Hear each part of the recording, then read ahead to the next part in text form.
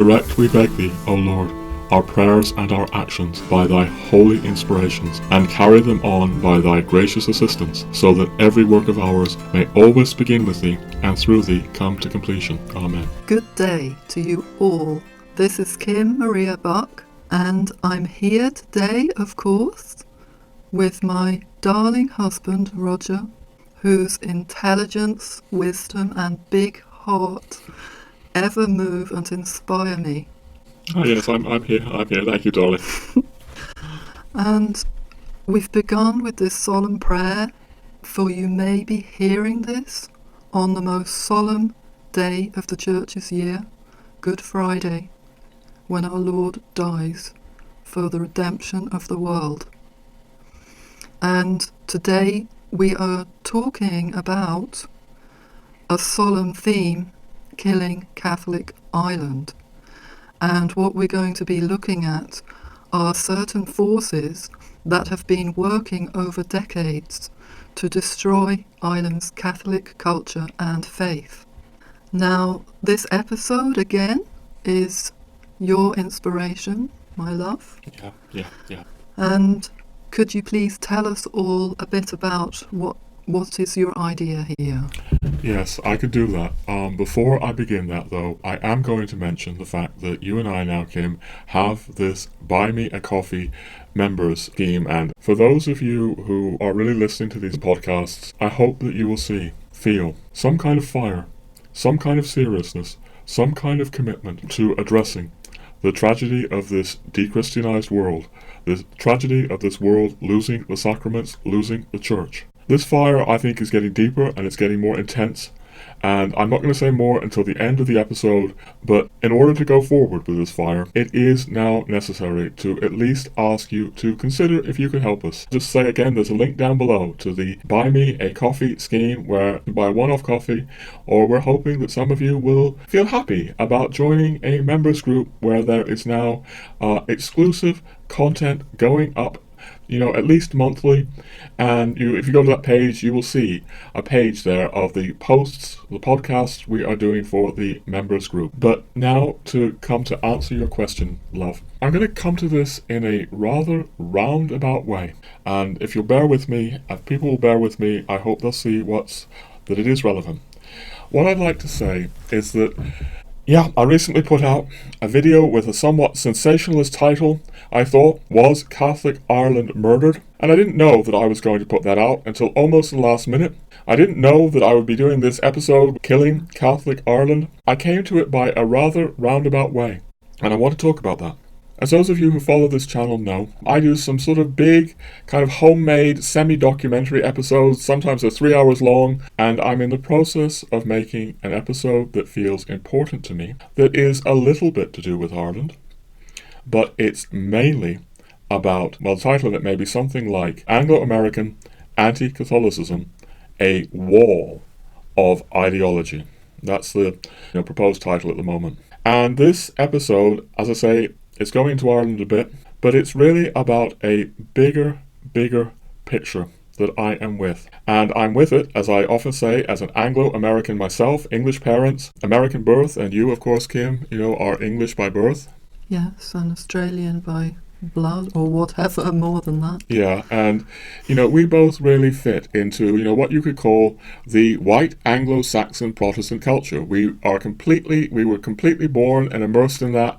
We're now white Anglo-Saxon Catholics, if you like, but we come from this white Anglo-Saxon Protestant culture. Yes, so we are both Catholic converts. Yeah. And although my parents had both relinquished their faith, if you can... they were both Protestant, from Protestant backgrounds, and then you too. Yeah. So we're both from Protestant backgrounds, even though our parents didn't practice that. Yes. And as we've been saying in other episodes, we've been realizing for years just how much anti-Catholic prejudice was buried in our backgrounds. Also, it has to be said, anti-Irish prejudice as well. Fortunately and sadly, yes. Yes. So, in the nature of this big episode that I'm putting together, I'm looking at this, wall of ideology. And this is also developing another theme that I keep coming to in these episodes, where I raise the question of what do we mean by globalism? Because I'm going to suggest, I've suggested it before, I'm going to suggest it again, that maybe in many cases what we mean by globalism is, above all, Anglo-Americanism. Yes, I am aware of the objections, and we've covered this before, that people are into martial arts or Indian food or Italian coffee. But when you really look at it, the dominant thing that is shaping the world over is the English-speaking culture. All of our, pop music, rock music, all of that, Beatles, Led Zeppelin, Rolling Stones, that is going into, our minds and our ears from our earliest ages, is Anglo-American. Maybe there are a few people listening to, I don't know, Yves Montand. I'll wager a bet that most of the people listening to us have never even heard of Yves Montand. I've heard of him, but I've never heard anything by him. Yeah. Maybe a few people are listening to Polish, Russian, and Ukrainian rock songs. Are you listening to any Polish, Ukrainian, or Russian rock songs, Kim? No. Well, you wouldn't be listening to rock songs anyway. But my point is that I wonder if we're really not thinking about this enough. There will be exceptions, but especially in Ireland, but I would say all through the West. What we're listening to is Anglo-American music, and the movies that we're watching, and the television shows and serials that we're watching are Anglo-American. Yes, I just want, when I was little, and my father took my sister and myself on a trip to Holland. We were in Eindhoven with some friends staying there, and the children, we were little, and the children they were allowed to put on the television. They didn't just put it on. And I was shocked that everything they were watching was American. Yeah. With Dutch subtitles. Yeah. So there was Black Beauty. I remember watching that, but there were other things. Because I was thinking, how can they watch these with subtitles? But Yeah, so that was in Holland. So that was in Holland, and obviously this Anglo-American wave is even far stronger in Ireland. But let me, yes, thank you, Kim. Let me just keep going with this. I just want to lay this out and make this clear before we get to the main points. These days we are all spending time. I try to avoid it as much as possible, I must admit. On social media, and the companies there that are pioneering social media for better or for worse. And I do mean for better in certain cases. It's not just all a bleak, dark picture, but they're American companies, whether it's Facebook or Twitter, now called X. I noticed when we were living in France, Kim, the French spoke about GAFA. It's an acronym for Google, Apple, Facebook, Amazon. All American companies, and sometimes they would put Microsoft at the end. GAFAM. The computers we're using are American. Microsoft, Apple. We are filled with Anglo-American culture, above all American culture.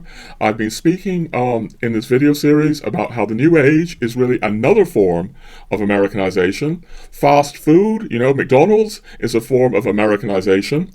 The kind of hyper-capitalism that is, throughout all kinds of countries now, including Ireland, is also in many ways Anglo-American.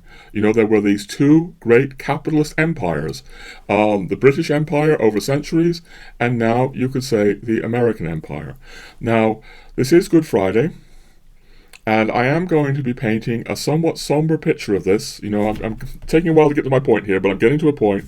Before I go further, though, I want to say that this is not all negative. You could really say it's the glory of the Anglo-American world in some ways. Some of this, technology that it's given us. I've spoken in earlier episodes, about how we owe America things like the telephone, Alexander Graham Bell, or the Model T Henry Ford car, or the Wright brothers with the airplane. America, it seems to me, has long had a particular technological genius. Or the light bulb. Yeah, exactly. And I went back to even, Benjamin Franklin at the very beginning of America flying his kite. I think that's in episode 23, if I recall correctly, and discovering electricity. It does seem to me that, and also England, Britain was first in on the Industrial Revolution that began changing Europe. Other countries in Europe were much, much slower, whether it's France or Ireland or Spain or Italy. The Catholic countries, to be honest, were much slower to industrialize. And these are kinds of things I think about. And we're taking a long time to get to this point Doesn't matter. yeah, maybe it doesn't matter, of killing Catholic Ireland. I mean, maybe some of you are going to be thinking that when I get to this point about killing Catholic Ireland, I'm going to be naively and simplistically putting all the blame on the Anglo-American world, and I assure you I'm not doing that. We're going to be looking at all kinds of things here, including Vatican II and the sexual abuse crisis in Ireland and all kinds of things. But I just want to say this as my way into what we're going to be speaking about.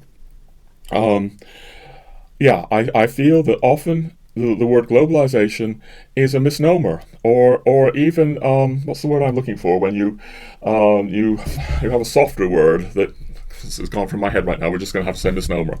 It's actually a misnomer.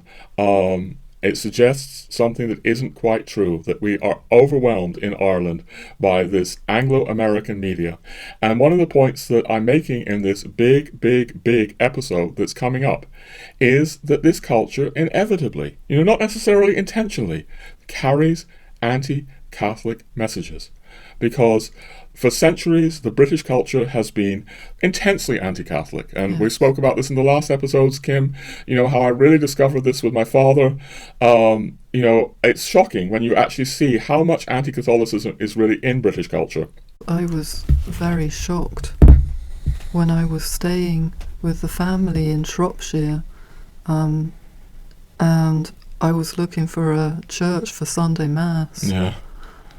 And I knocked at the manor house door and said, "Is anybody going to the Catholic Church for Sunday Mass from the village?" Because I didn't have a lift. And I was met by a man about my age, or even a little bit younger, and he said, "Nobody goes to St. Peter's around here.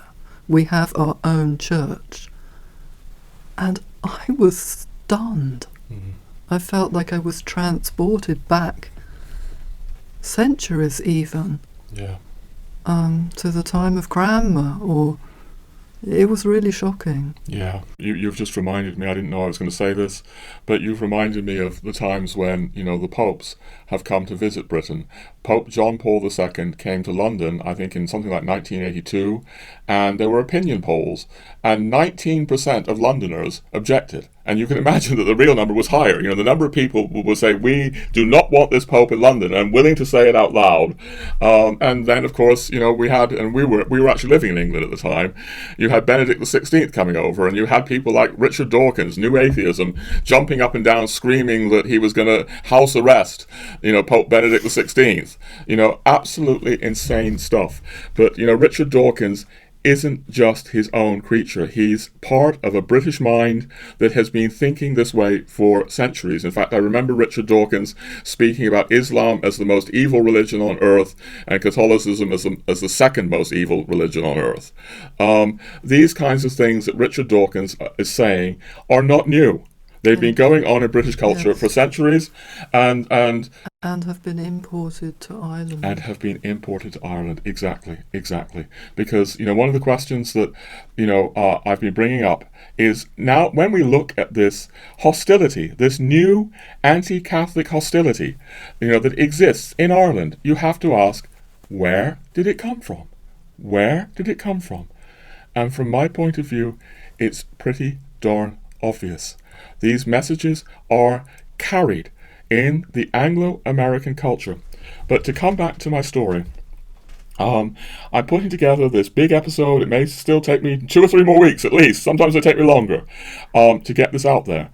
This is part of what I do on this channel. I do these kind of, sort of crude, handmade, homemade documentaries. They're kind of... They're wonderful. Thank you. Thank you.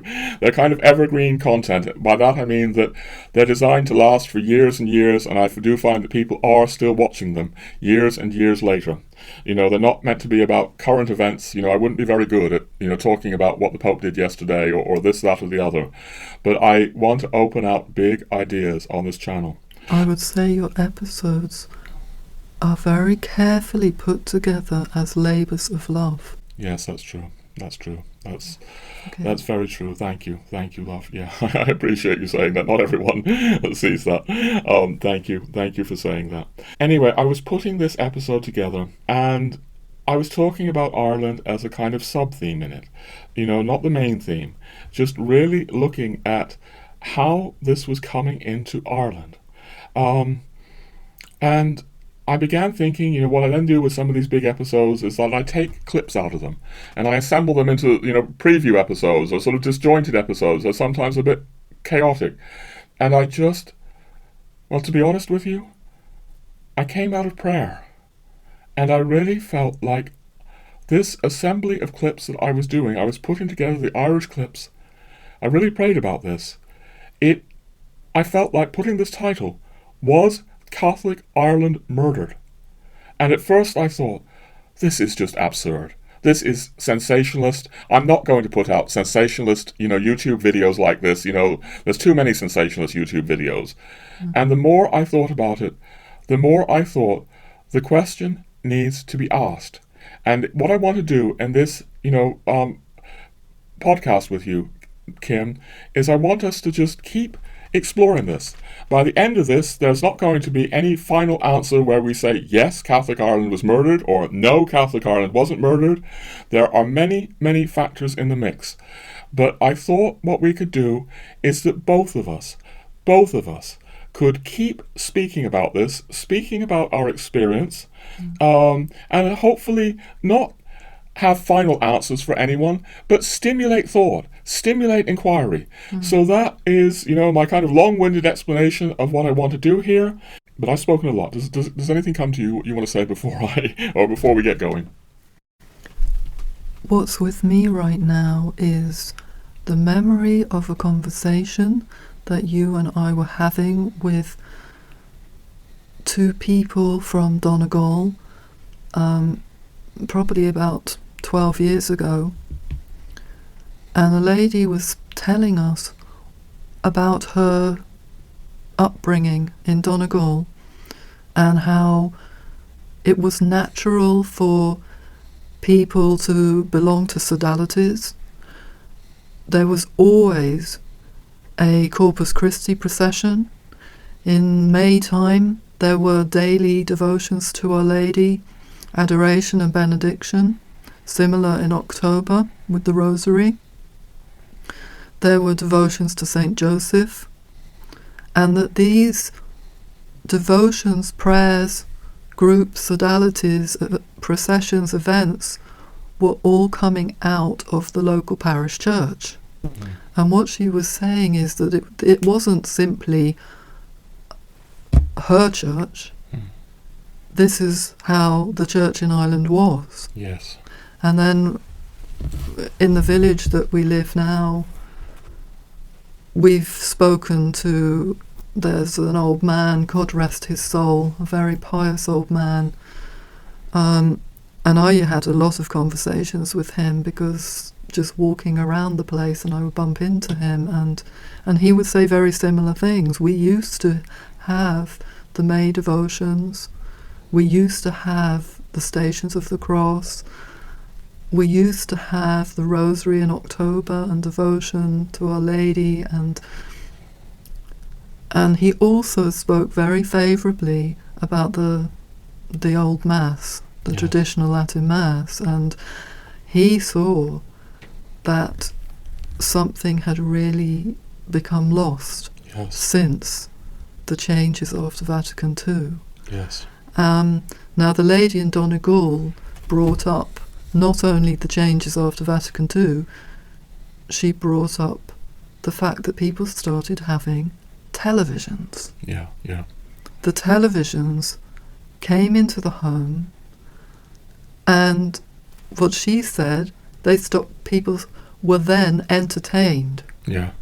And they stopped going to the sodalities. They started to fall away. And then other things started to fall away. And I know from what certain neighbours have said around here that there was a priest in the past in our parish who likened the television to the devil. Mm. And you have mentioned that Eamon de Valera saw the television as something terrible coming into Ireland. Let me just jump into that very quickly, and then I want to hear more from you because you're raising some very good things. But just since you brought up Eamon de Valera, Irish television was not instituted until 1961. I think it was Christmas 1961. So this is long after England or America, which started in the 40s in America, and it was one channel.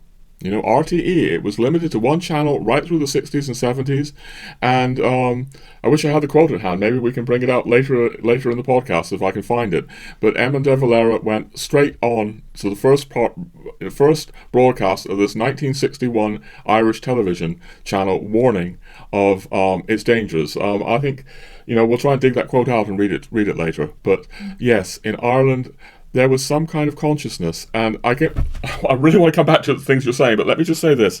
One thing I've been wanting to say is that once upon a time, Ireland dared to be different.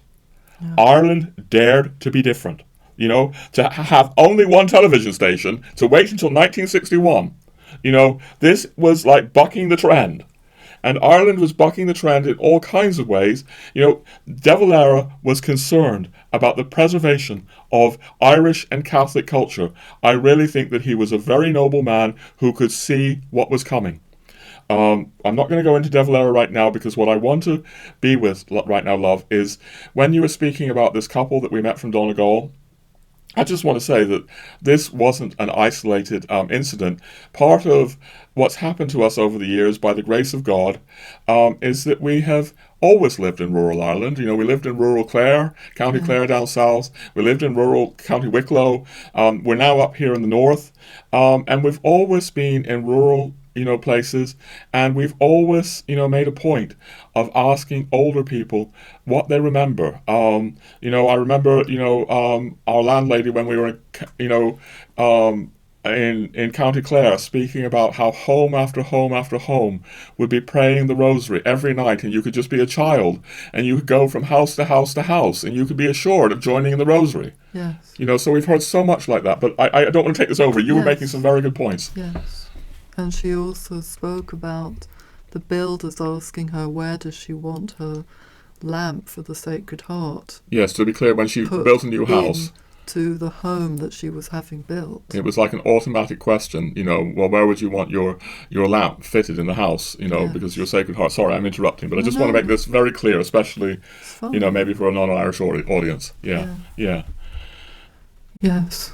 So, just to come back then, we're seeing that the television had a huge impact on Ireland. Yes.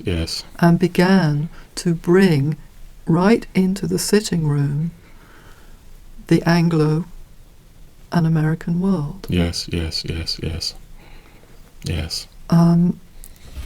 There was one time years ago when we were living in Clare, and I picked up a hitchhiker. Or we both picked up. Yeah, yes. we were both there. Sorry, I thought I was with someone else.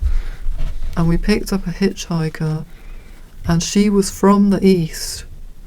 And she said that she just didn't want to be living in the East anymore because it had become completely BBC'd. Yeah, BBC. So, I guess our American audience will realise we're talking about the British Broadcasting Corporation, but, she doesn't want to live in Eastern Ireland now because it's become BBC'd. And out on the West, I guess she felt Ireland was still Ireland.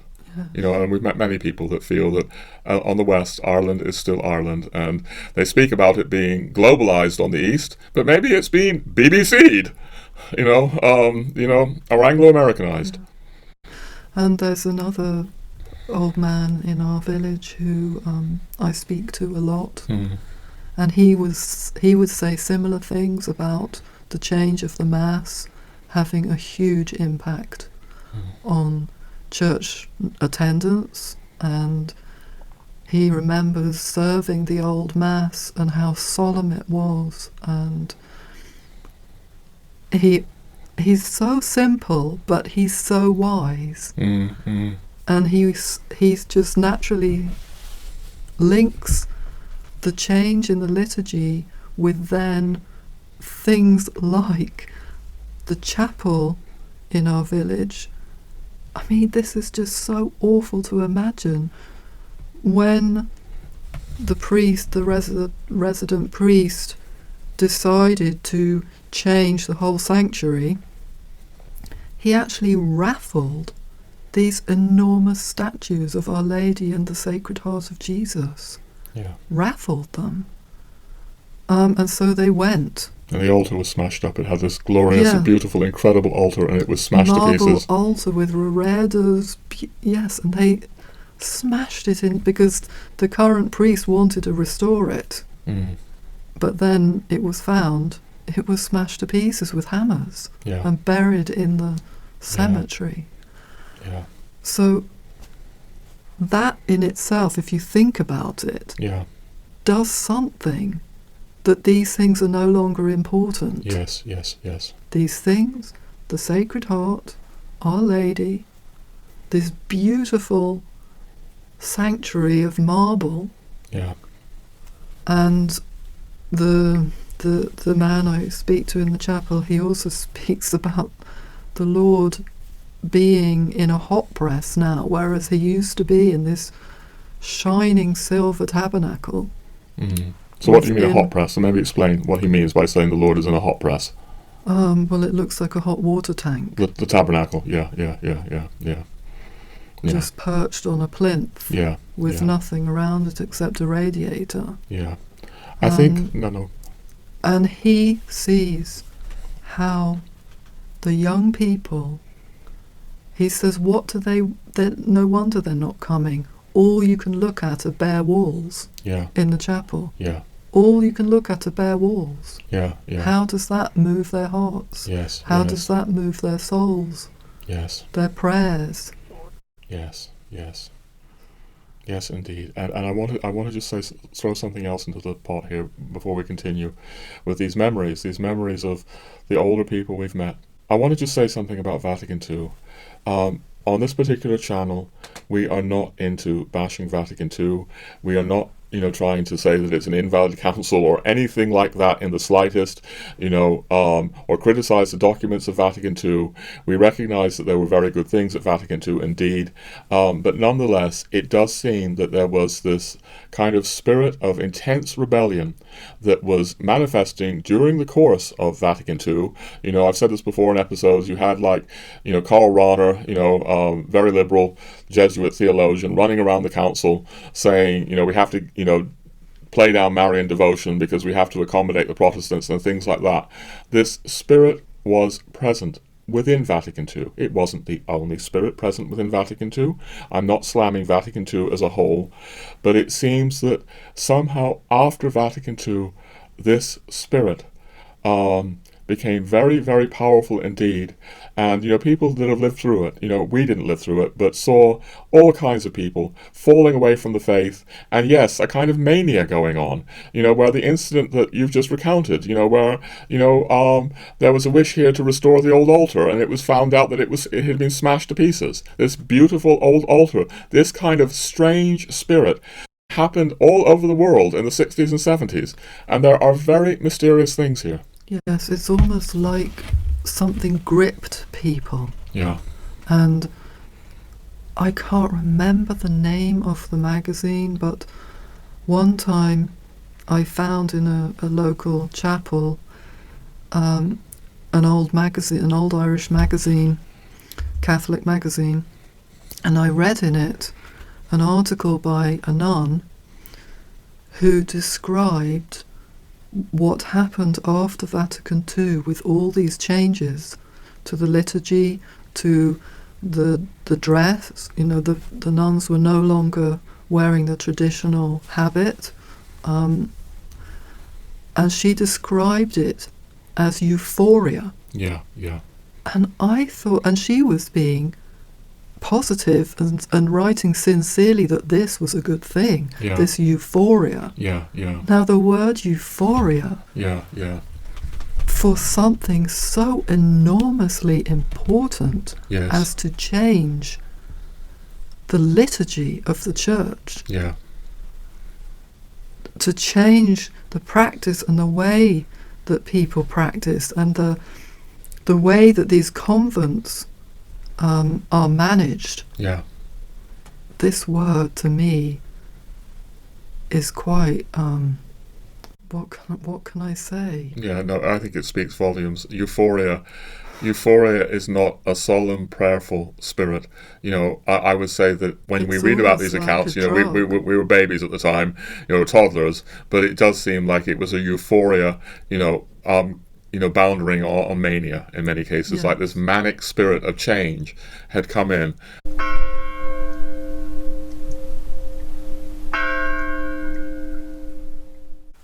So we're just returning now after a tea and coffee break to revive ourselves a little and sharpen our thoughts and ponder what we've been talking about. And what are your thoughts now, my love? Well, there's different thoughts going on, love. I'm so glad. I didn't know you were going to do this. You brought up these memories of Catholic Ireland, and I'm going to come back to that. But I think, a key thing that I want to come to is in the question of, was Catholic Ireland murdered? Listening to everything that we've been saying, people might begin saying, well, of course it wasn't. It's just something that naturally happened. There were these globalizing processes, that Ireland got its own television station and, yes, began importing all kinds of Anglo-American programming in. And, there was Vatican II, and who knows what that kind of euphoria/mania was really about. It's obviously related to very deep processes in the 1960s, where all kinds of people were rebelling. Of course, Catholic Ireland wasn't murdered. I want to highlight that is all up. We're coming back to that. I want to say that. I want to say something else. I want to begin to introduce a term into this discourse. And the term is habitus. And it's a sociological term used by an Irish sociologist called Tom Inglis, who wrote a book on global Ireland. And from Tom Inglis's perspective, he's happy for the end of Catholic Ireland, and he thinks that Ireland now has a much more open society and all of these kinds of things. But he uses this term habitus, and I want to appropriate it from him. What does he mean by habitus? He means an almost automatic, almost unconscious way of being. So he basically, in speaking about the changes, speaks about Ireland having once a Catholic habitus, and this way of being was not particularly materialistic, was not particularly capitalistic. It very much emphasized prayer. It very much emphasized sacrifice, offering it up. This was the old habitus. This was the Catholic habitus of Ireland. And it's now been replaced by what he calls a global habitus of liberal consumerist. So from his analysis, Ireland has transitioned from a Catholic habitus to a liberal consumerist habitus. And I really want to draw out why that's important as well when we come back to Tom Inglis. But also, I want to say that as I was thinking in the coffee break of all the things you said about what Catholic Ireland was, the kind of culture it had, really made me realize a couple of things that I think are important. I'm so grateful you said those things. The first thing I want to stress is that both in the comments at YouTube, and we're grateful for all the comments. Thank you to those of you who commented. Thank you. It helps the channel, and we are taking time to answer your comments. But there were a few comments there that was really suggesting that, at least I took this to mean, like, maybe Roger, you're being a bit dour or heavy. Surely Catholic Ireland is still alive. And I want to say, yes, something that Kim, you and I are so moved by is the very devout Catholic population that still exists in very sizable numbers all across Ireland. It's very moving to us. It's very special. I do not want to suggest that this is dead or that it's been murdered or that I'm without hope. And in fact, even though this, sort of Good Friday episode has the sombre theme of killing Catholic Ireland, we're actually hoping to record an episode, hopefully over Easter sometime or Eastertide, called Saving Catholic Ireland. So I'm not despairing. I want to talk. And you want to talk, Kim, I know, about saving Catholic Ireland because there is something incredibly precious here that must be saved, and it's so incredibly moving. Yes. But the point I want to make now is that even though there is this very moving Catholic devotion still in this country, and I see it clearly, it's not what it was. And by you bringing back all these memories, love, of people who told us about the sodalities in the past, or people who told us about going around and praying, the rosary in the home, even though, it's clearly not what it was. And I've read this before on this show, but I want to read it again. There are a couple of paragraphs I have a very big chapter about Ireland in my big Cor Jesu book, and yes, I think if I just read a paragraph here, I think it will add to what I'm saying. We need to remember what Catholic Ireland was. So in addition to everything that you have so helpfully invoked, Kim, this is something I wrote in my book. This integral Catholic culture, something of it can be glimpsed in a national survey of the Irish Republic from as late as 1973 to 1974. That survey found that over 90% of Catholics in Ireland went weekly to Mass. It's obviously nothing like that now. And nearly 47% went to confession once a month. Went to confession once a month. Whereas 97% said that they prayed daily. 75% of those surveyed put up holy pictures or statues in the home. This would relate to what you said, Kim, about, our landlady in County Clare saying that the builder said, where do you want your lamp to the Sacred Heart? It was just, you had a Sacred Heart in your home. This is relevant to what we're going to say when we do our Saving Catholic Ireland episode. We're going to be talking about bring back the Sacred Heart in the Irish home, but that's just a foretaste. Furthermore, around a quarter of the population went to Mass more than once a week, and a similar proportion, 25% or so, went to confession once a week. Yes. It's an extraordinary change. And that comes to what I'm with from our break. Yeah. Sanctifying grace. Yes. What happens when there is a loss of sanctifying grace? And as the church shrinks and shrinks and shrinks, and we've seen it here in the parish we're in now, I'm just going to say something aside.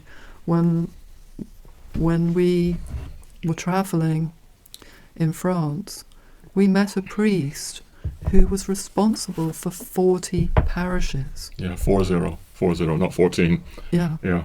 And we met other priests too who had many parishes, maybe not as many as that, but they could be in the 20s. Yeah.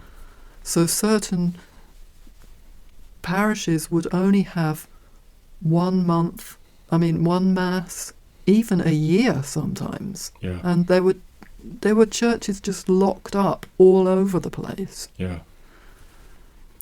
And it's happening here now. In fact, if I can just jump in, I'm jumping in a lot, Kim, but you've reminded me, and I've mentioned this before, but I saw a video from Robert Nugent at some point a while back ago, where Robert Nugent said, and Robert Nugent is doing very fine things in Ireland, I need to say, but he spoke about if he just used his kind of, I can't remember how he put it, but he works in business, and he said he put his kind of businessman's cap on, words to that effect, and sort of crunched the numbers. He said that we would be seeing, a massive number of Irish churches closing over the next decade. If we just, look at it in that utilitarian, pragmatic way, obviously we have to pray and pray and pray and pray that this doesn't happen. Yes. We need to fight that Catholic Ireland is saved. But these are grave threats. By pointing out what happened to France, you point out a potential and terrible future for Ireland. And then what happens when those sacraments are lessened. Yeah. Sanctifying grace is not flowing into souls, into the world. Yes. And as far as I'm concerned, sanctifying grace changes not only a human being, Yes. it changes the atmosphere. In fact, that same priest we met in France with the 40 parishes, Yeah. he had come in he was living in a village that hadn't had a resident priest for many, many years. And a lady who actually wasn't even going to the church, she'd lapsed from her faith, she came up to him one day and she said, "Our village feels different." And she was sure it was because of what he was doing. Yeah. So suddenly there was daily mass. Yes, in that village for the first time in a very, very long time. And daily adoration. Yeah, yeah. And he was a very pious priest. Yes. He celebrated the new mass, but he celebrated ad orientem and always communion on the tongue and Yes. So, and I can completely understand what that lady was saying. Yes. Sometimes if I visited a monastery or a convent, particularly in the old rite, the gardens, there's some quality of life in the gardens that is different from just a normal garden. Yes. Yeah. In fact, I didn't know I was going to do this. The coffee's getting to me, love. I'm going to say this. I'm going to give what is now being, Americans are calling a shout out to a Catholic thinker. I've mentioned him before on an episode on this channel, Sebastian Morello. Yes. It's a great book that he's written there. I'm not in agreement with everything in it, but it's a great book in so many ways that I'm talking about in one of those episodes.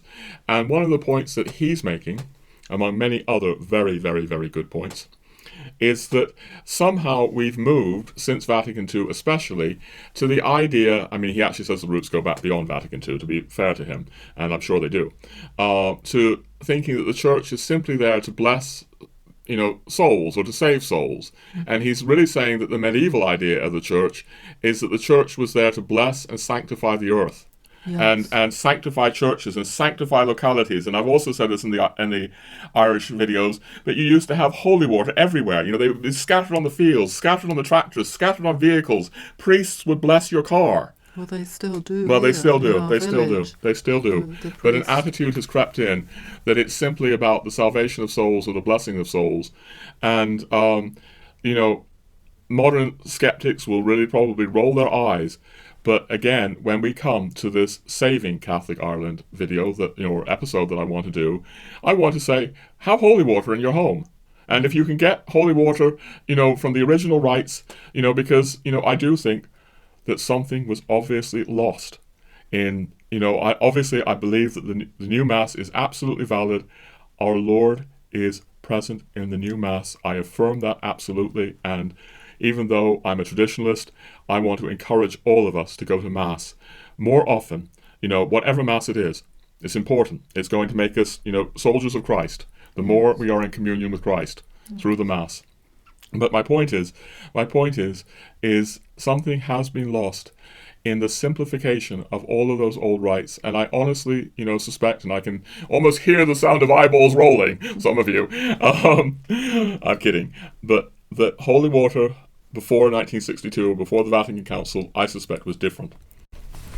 I have to say here, I feel its difference. Yeah. It's got a weight. Yes. To it. Yes.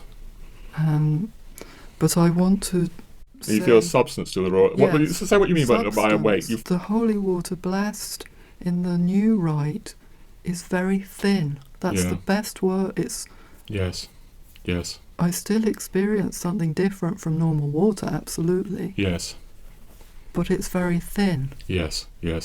And the difference is striking to me. Yes. because we have both in our homes. Where if we can't, I think it's good what you were saying, and I didn't know I was going to say this, darling. I didn't know I was going to say it. So this is spontaneity. I would not be as sensitive as you. There's no way I would be as sensitive as you. But I have this distinct memory once when we were living in County Wicklow, and a priest, doing the Latin Mass, came to our house, and he cast holy water around it, and I somehow felt it. I could feel it. I could feel there was something different. I've never forgotten it. Was I just imagining things? No. Well, who knows? But I was there in the house, and he was blessing things with this older form of holy water, and I could feel something. I really could. And if you go to the Holy Saturday in the traditional Latin Mass, and you see the difference, the priest, it is this intricate ritual of blessing of the water, with salt, with oil, with the priest actually blowing in the sign of the cross again and again over the water. Yes. And then when the blessed candle comes down, it's almost like the Holy Spirit is descending. Yes. Now, I know that the blessed candle is used in the new rite, but you do not have the priest blowing, and you don't necessarily have the oil and the salt. I know some priests who still do. Yes. But I know plenty who don't. I want to say something, love. This is more your forte. You are much more than I am an expert on, the changes of the liturgy. How the liturgy went from something more elaborate to something becoming more simplified. When something becomes more simplified, though, just in a general way, it's because somebody thought, oh, we don't need that anymore. Oh, we don't need that anymore. We don't need that anymore. But how do we know? Obviously, our forefathers thought that all those original elements in the consecration of holy water were important. And if I remember correctly, there was even like an exorcism. The water was exorcised. Absolutely. Well, the salt is exorcised first. And in fact, I didn't know I was going to say this either, but Sebastian Morello is also very, very good on this. He's basically speaking about how skeptical we've become, in recent decades. These things aren't necessary, and there's something about the mind that can... Well, there's the whole movement of skepticism against devotions, and we've experienced it with certain priests. Yes. But you can't bless objects anymore. Yes. You can only bless people. Yes. So that a rosary or a Advent wreath or different things, or the palms for Palm Sunday, these things are blessed as though they're only blessing the people, but these objects themselves are no longer seen as sacramentals with some sort of sacramental power, if you like. Yes. And one more shout out to Sebastian Morello. He's actually linking all of this to the philosophy of the Enlightenment, Descartes. The point he's making about Descartes is Descartes, in a way, stripped soul and mystery and God from the world. And he's actually saying that the modern Catholic mind has become Cartesian. It's become like Descartes. It's become like the Enlightenment. And he mounts a very, very important critique. It's really his book. As I say, I'm not in complete agreement with everything there, but it has formidable things to say about this. Yes. And now, you wanted to say something about Eamon de Valera. Should we come back to that? One of the things we were talking about near the beginning was the television coming in. Yes, thank you, Kim. Yes, during the break, I actually realised where the quote from Emma de Valera was. I actually I'd forgotten this in my book, The Gentle Traditionalist.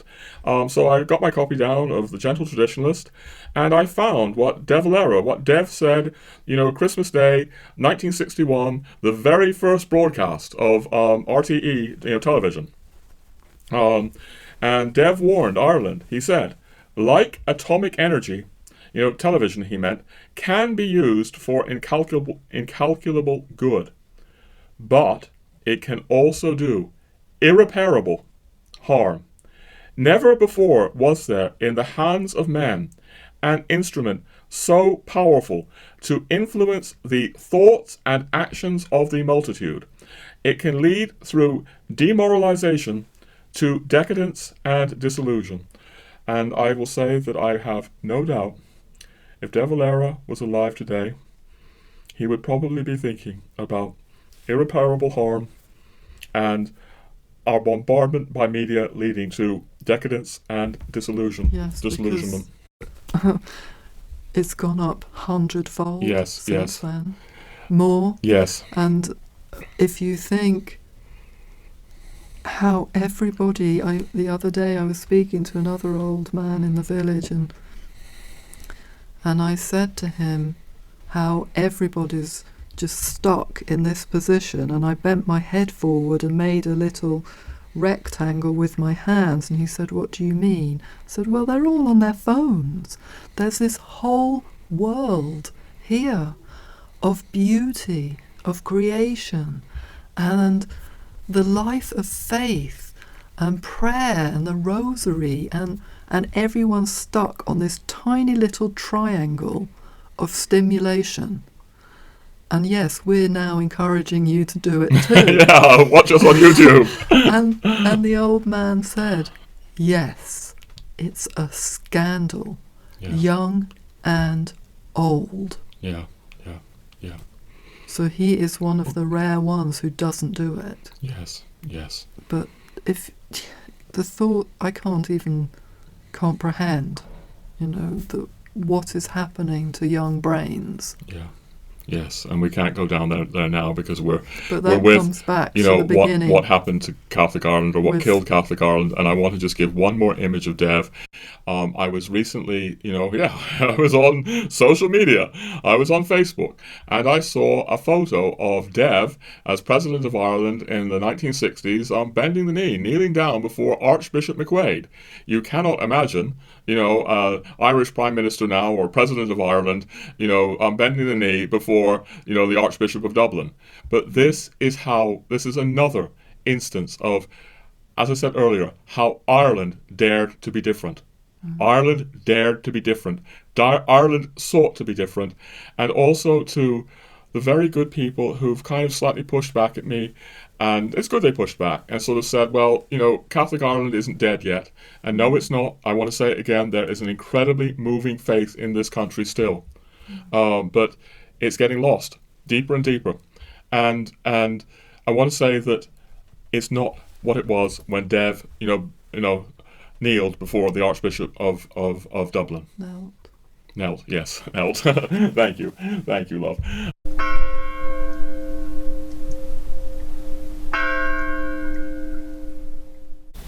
Hello everybody, we're back.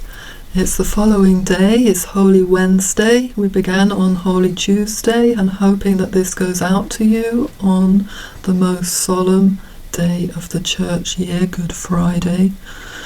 And before we continue, I just want to say a little word here about something that you forgot, darling, at the beginning, when you were talking about the membership scheme. It is a tiered scheme. It has different tiers starting at $5 a month, and we have also just begun to put up posts on our Buy Me a Coffee page that anybody can see. So there are certain posts that are only available to members, and then as I say, we've begun to put up those that are available to everybody.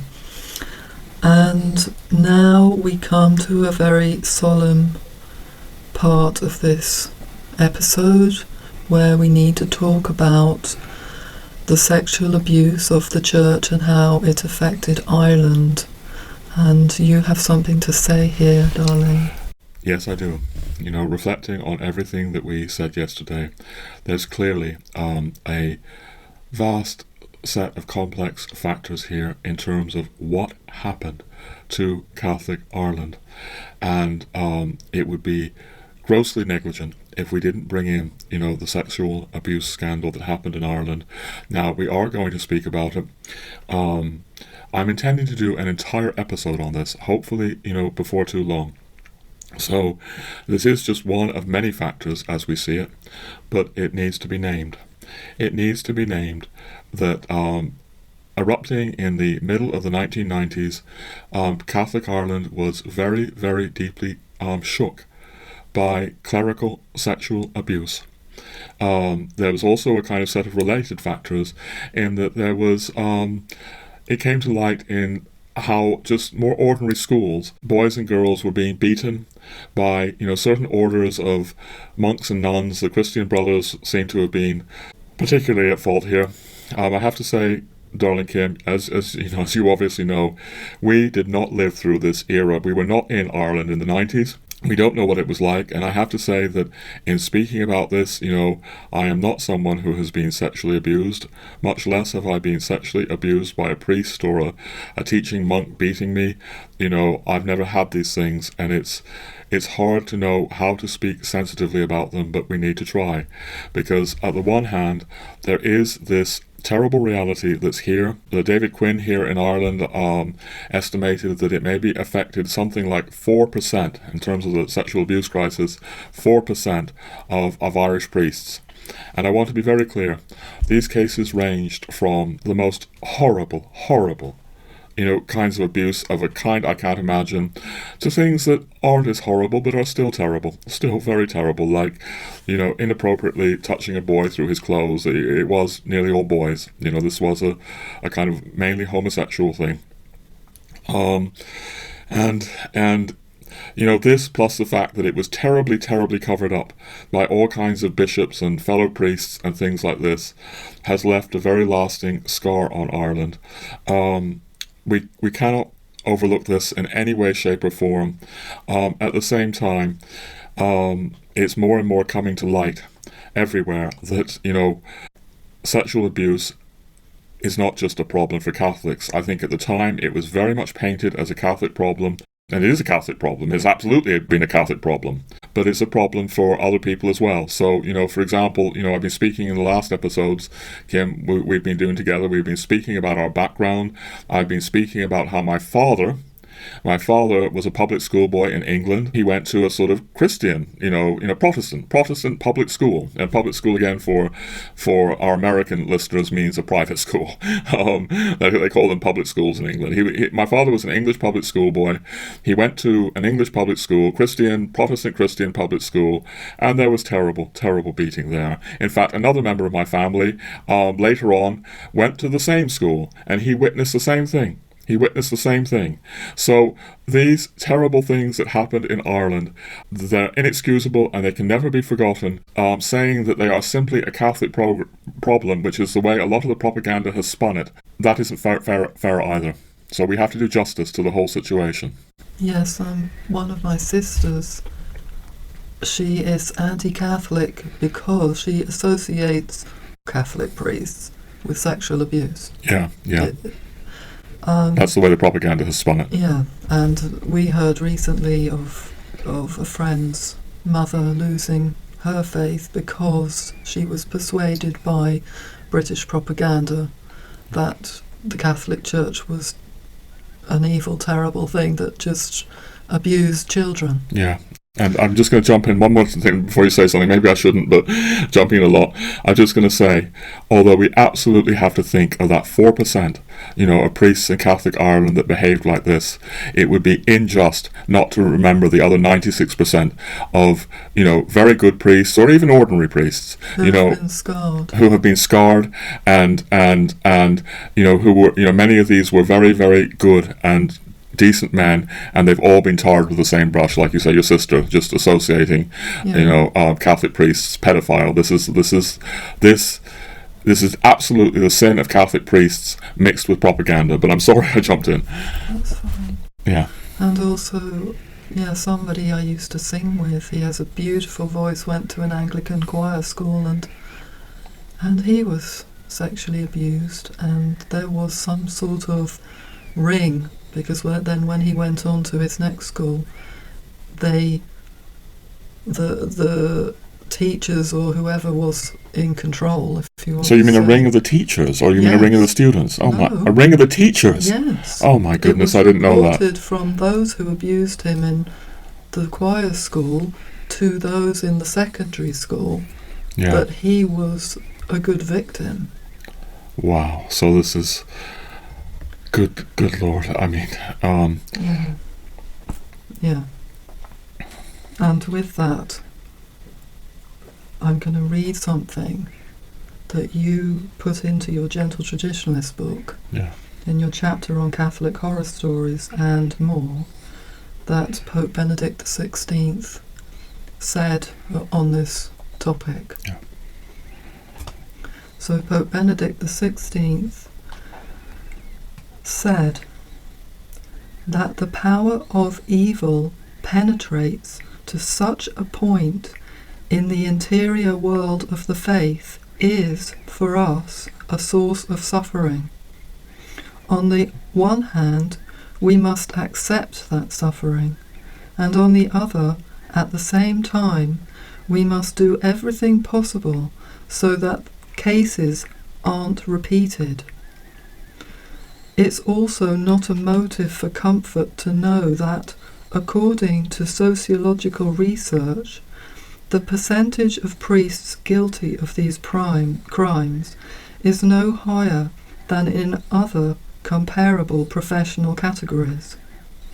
In any event, one must not stubbornly present this deviance as if it were a nastiness specific to Catholicism. Yes, and I'll just say this is, alas, what happened in Ireland, I think, through Irish propaganda organs that we're still coming to in this episode.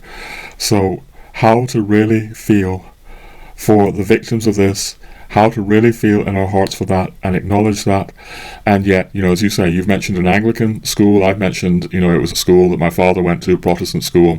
It was private school. We absolutely know that this exists in all kinds of secular things. So, as Pope Benedict says, this is comparable to other things. Now, basically, in a church that is aspiring to compassion and charity and holiness, it should be lower. It should be lower. It shouldn't be the same. We need to say that. But, we are deeply, deeply fallen. Catholics are fallen, Protestants are fallen, secular people are fallen, Buddhists are fallen, Jews are fallen, the secular world, New Agers are fallen, New Agers may not want to believe in the fall, but we are all fallen, and we are all guilty, and I'm going to do, as I said, I've got a longer episode in mind to do about this soon, because, I see this narrative, it was coming up in some of the comments, I see this narrative, like what happened to Catholic Ireland is simply the sexual abuse scandal. And no, this is it is a terrible part, but it is part of a bigger, more complex picture. Yes, it is far more complex, but we must never forget those victims who are scarred from the horrific acts of those 4% of priests. But also we must never forget at the same time that the church, Christ's church, his mystical body, is far, far greater than we can ever know than the sinful deeds of any of her members. But that, of course, is not publicly stated. The media, the propaganda machines do not highlight that fact. They focus only on the sinful deeds of the members. Now... Yeah, can I actually come in? Can I just come in? I'm just going to say this. You've spoken about the mystical nature of the church, Kim, and I want to say that one of the things that you said that was so good in the first part of this episode, and I want to pick up on it again, is you spoke about sanctifying grace. How there has been a diminution of sanctifying grace in Ireland over all these decades. Yes. And that, I think, has to be a factor as well. Now, this is not the episode that we're going to go more into the sexual abuse thing, but there is evidence to suggest, I know it's out there, this is particularly American evidence, I'm thinking, that really suggests that sexual abuse in the church did go up after the 60s, and whether that's the intense sexualization of the culture, I'm sure that's a factor, or whether it's the diminution of sanctifying grace through the kind of crazy things that happened after Vatican II. But I am really grateful to you for bringing through sanctifying grace here, because we do have a very, very complex picture here. But we need to move on. So you wanted to say something more about Tom Inglis. Yes, I really want to do this because I think, even though I'm in deep disagreement with Tom Inglis, a sociologist, I think at University of Dublin, I think his book, Global Ireland, is worth reading. There are many books that you can deeply disagree with the person and they're worth reading. Can I just say something? Yeah. Yes, what you have just said is so important. So many people tend to write people off because of one thing or another. Yeah. But you can glean so much from people you even think are wrong. Yeah. Or they may be partially right. Yeah. Or they may have something to say. Yeah. I just wanted to highlight what you just said there. Yeah. No, I'm glad you did. I'm glad you did, and I'm afraid you're gonna.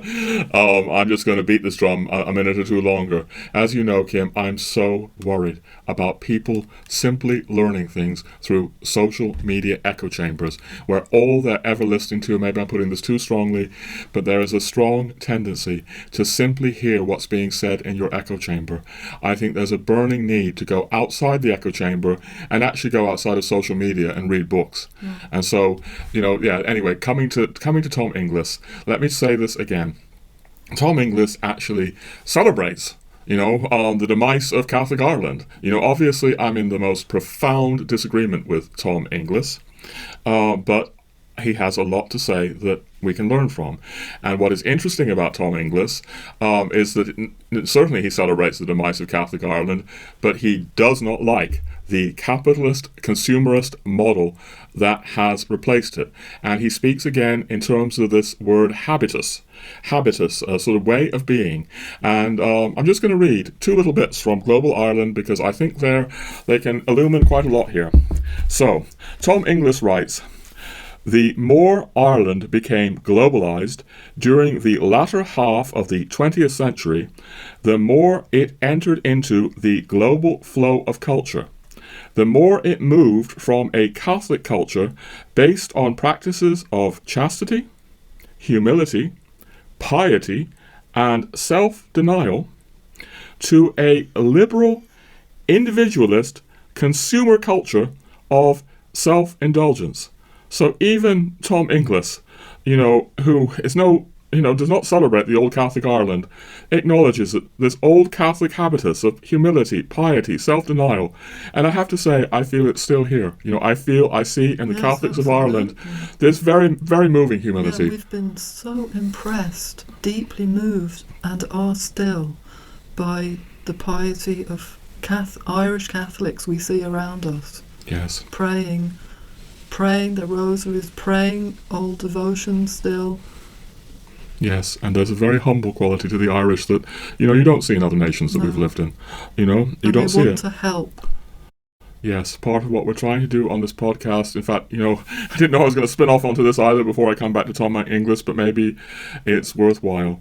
I do think, by the grace of God, that we see the Irish in a certain way because we have lived in all these different countries, and maybe we can reflect something back to the Irish about this. I find myself thinking of an old man here in our sort of valley in the north, and he said to you said to him how special I find the Irish, or we find the Irish, but I think you said me, and he kind of laughed and said, well, he must not know us very well. And I didn't say to him, but I was tempted to say to this lovely old man, well, maybe you don't know the non-Irish very well, because I don't think he's ever been out of the country. Maybe he has briefly. I don't think he's ever been out of the country, so he doesn't know the non-Irish. So he's very conscious of all the Irish flaws, and there are plenty of Irish flaws. Obviously, we're all very fallen, but he's maybe not aware enough of how exceptional the Irish are. So I'm going to get to Tom Inglis, but the point here is that this old Catholic habitus of humility, piety, all this, it's not dead yet. It still lives in a part of Ireland, but in large parts it's been replaced by what Tom Inglis calls a liberal, individualist consumer culture of self-indulgence. And I'm just going to read a little bit more from him.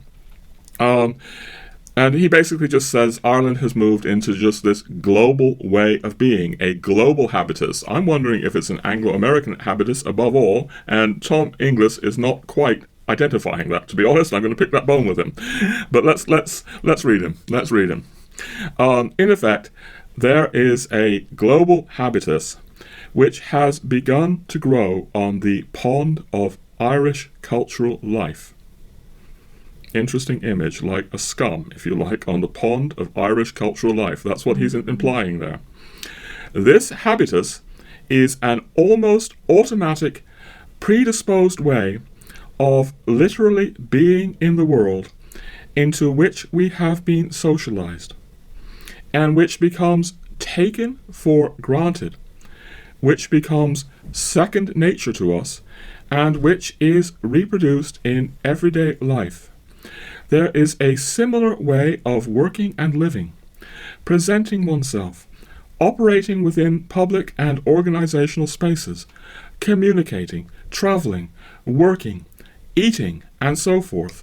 This global habitus is structured by a discourse which is developed and promoted by corporations through advertising and marketing. I'm going to reread that because I'm coming back to it later in this episode. This global habitus, this new way of living, is structured by a discourse which is developed and promoted by corporations through advertising and marketing. A nice way of saying propaganda. We're coming back to this. At the center of this habitus is a belief in liberal individualism. There is no society, just rational individual actors who realize themselves as individuals.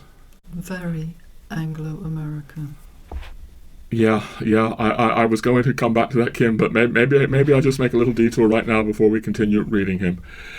I am really aware that there will be people listening to this, saying that I am faulting the Anglo-American world too much. And what about the EU? What about, all kinds of other groups in the world? I want to say this.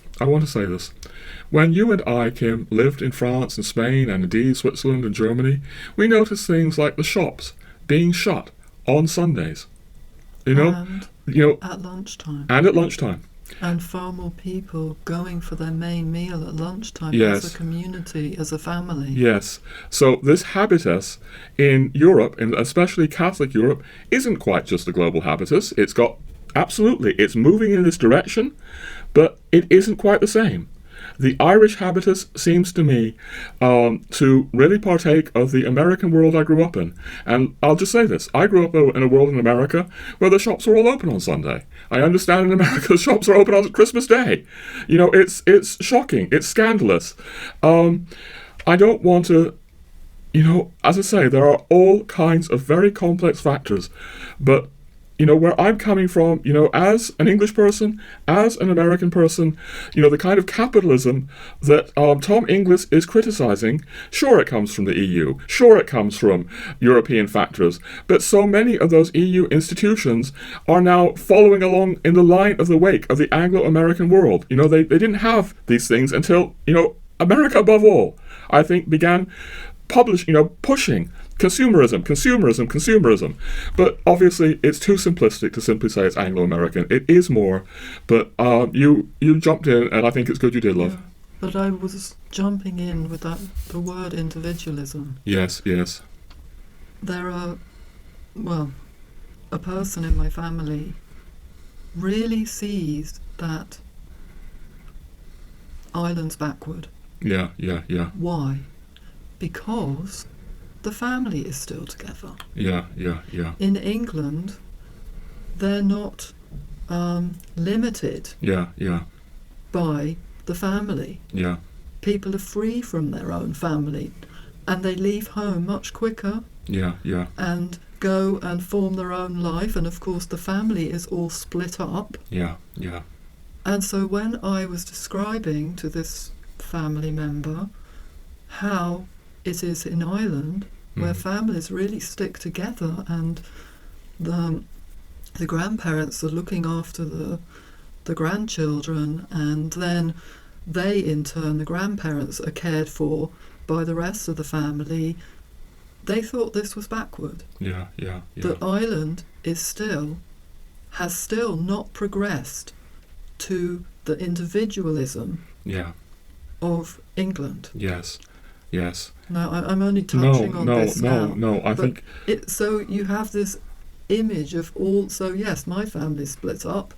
My parents were split up. Everyone in my family split up. Yeah. And that's normal. Yeah. And seen as the right direction. And then you have the fallout of all these tragic cases with the children. Yes, indeed. I'm glad you jumped in, Kim, and you're also going to help me before I just read a little bit more from Inglis to say this. I'm aware that there may be, my fellow Americans, my fellow British people, some of you, could even be getting hurt by the way I keep pointing to the Anglo-American world. It's a hard thing to do. What I feel is that a lot of, Americans and a lot of British people are not looking at their own culture. They're not looking at how powerful this culture is. And, because I'm living in Ireland, I can see what this culture has done here. And I can, why I said I'd pick a bone, if you like, with Tom Inglis, where he just keeps speaking about global. He's not saying Anglo-American. By the way, I remember the word that I didn't say yesterday. I said I was searching for a word that is like a softer or less controversial word, and the word I wanted is euphemism. I wonder if globalist in some contexts functions, not all contexts, functions as a euphemism for Anglo-American, because what Ireland is taking on anyway, I would say, is above all, an Anglo-American habitus. When we were in Europe, we saw this different habitus of families, the French families, even secular France, moving in a different way. It's like if you actually read, a lot of the things in, I'm glad that I finally learned to read French and understand it. I'm not so good at speaking it, but I've entered into the kind of French traditional world, and I notice the French traditional world is saying different things than the American traditional world, and who knows who's right. I'm not saying right now that one is right or one is wrong, but I'm going to point out just briefly a couple of differences. Yes, if you read French traditionalism, French Catholic traditionalism, you will see again and again and again this reference to the Anglo-Saxon world, le monde Anglo-Saxon, being hyper-individualism. And there's still a sense in France, where even in secular France, there's a rhythm. The world is structured by the church bells.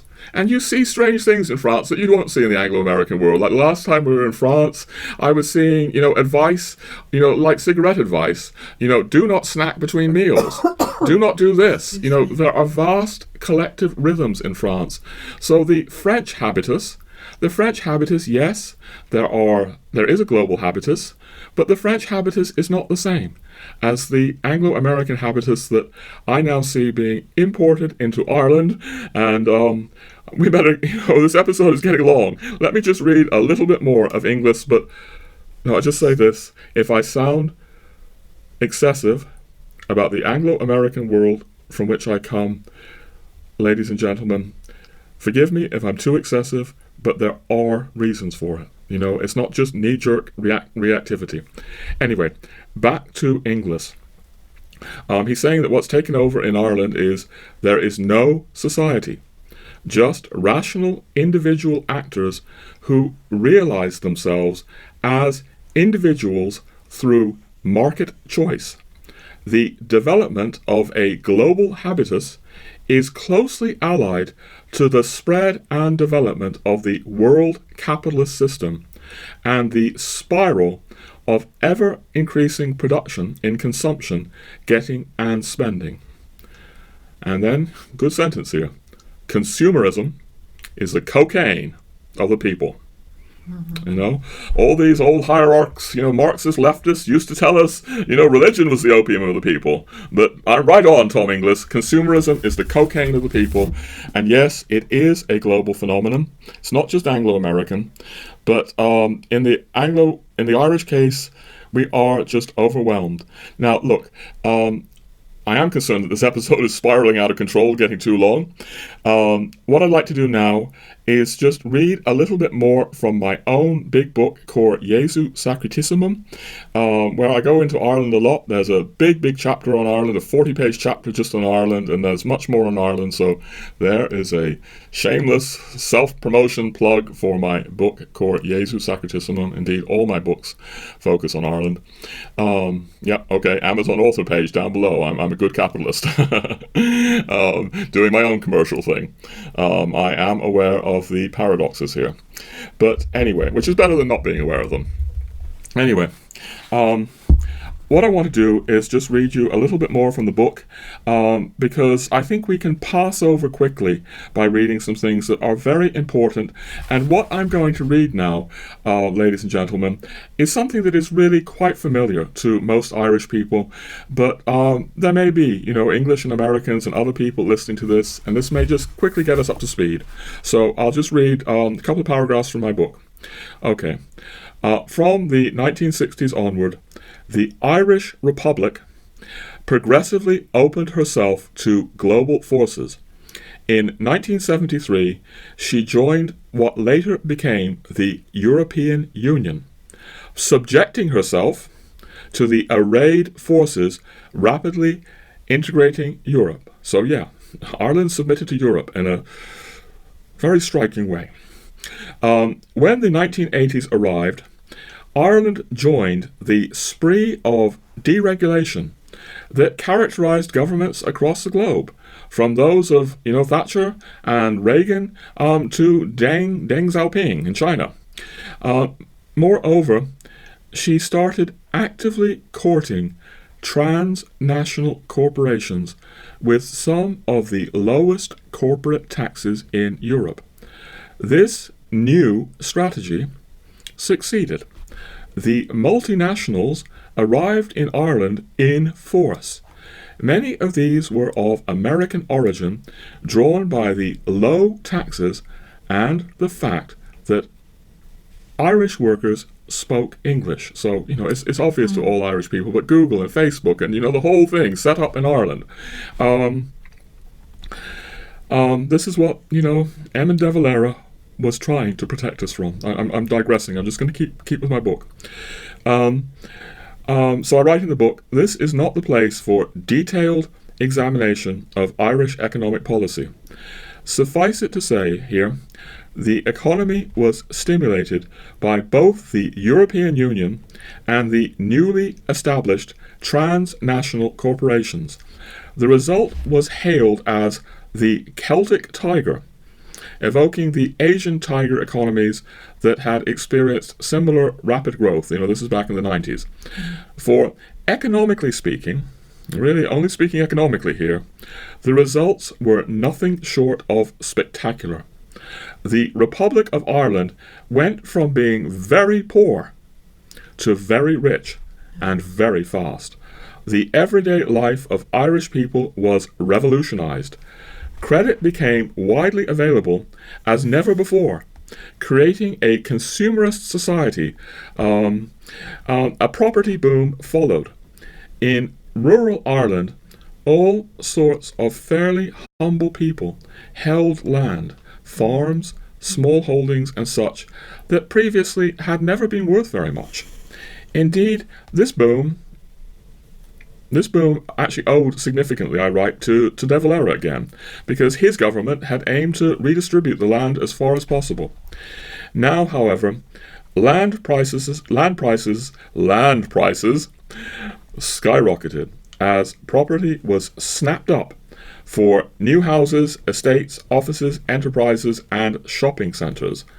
Once poor people became rich overnight. Of course, all this newfound affluence has been severely dented in recent years.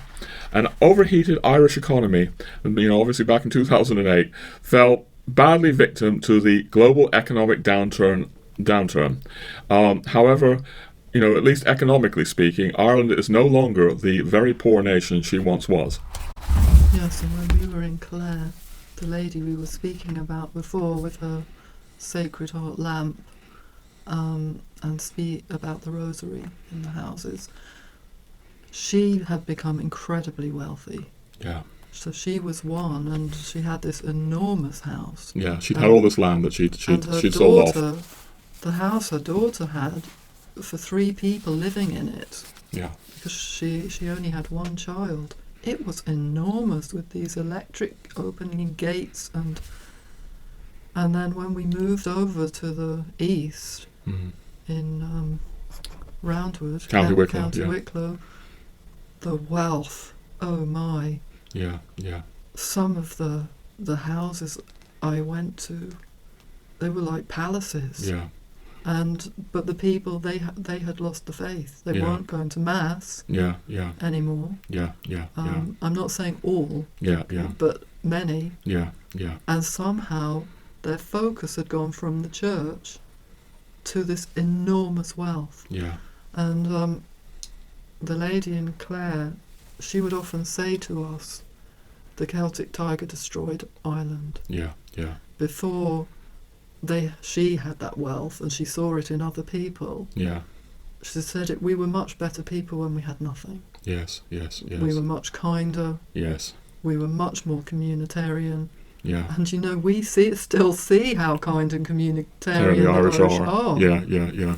But she said that they were even better before. Yes. We're moved by the Irish today. And also the fact that she would have one little toy as a child, and that was so precious to her. Yeah. And then she suddenly saw her grandchildren with millions of toys, and nothing meant anything. Yes. Yes.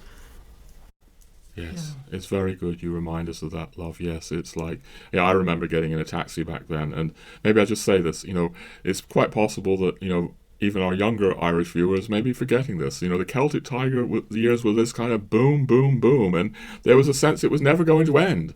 People were just going to get richer and richer. This was the new Ireland, and nobody sort of foresaw, what happened later in 2007, 2008. So we were here in Ireland, while the Celtic Tiger was booming, and there was this attitude of liking the wealth.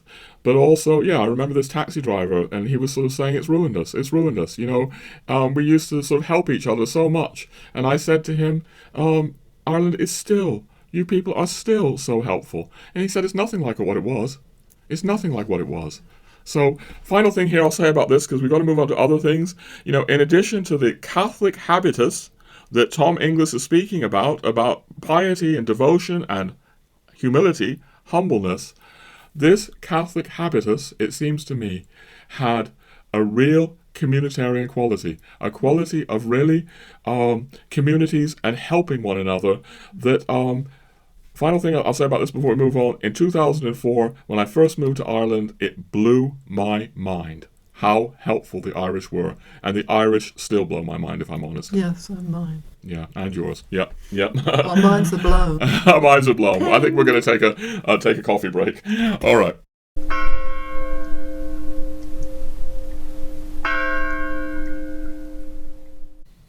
So now we're back, having patched our minds together again with another tea and coffee, and we're moving on. And we need to come back to the question in mind here, the killing of Catholic Ireland. Was she killed? Was she murdered? Or did it happen naturally? Yeah, that's what I'm going to try and talk about, Kim, but you say we're moving on, I'm just going to say this. I think my mind is permanently blown by the Irish. I don't think I will ever get over my sense of the specialness of its people. I'm never going to get over it, and that is why I am so concerned, and why we are both so concerned. So yes, is this something that has just happened to Ireland, or is it more like deliberate killing or murder? And on the face of it, based on everything we would say, everything that we've been saying here, it looks like something more that happened to Ireland, maybe unintentionally in many cases. So, we've been suggesting that, after Vatican II, the Catholic Church in Ireland, as in elsewhere, shot itself in the foot. There was a whole process where everything went limp. Catechesis of the young went limp. All kinds of things. I think the Church has shot itself in the foot.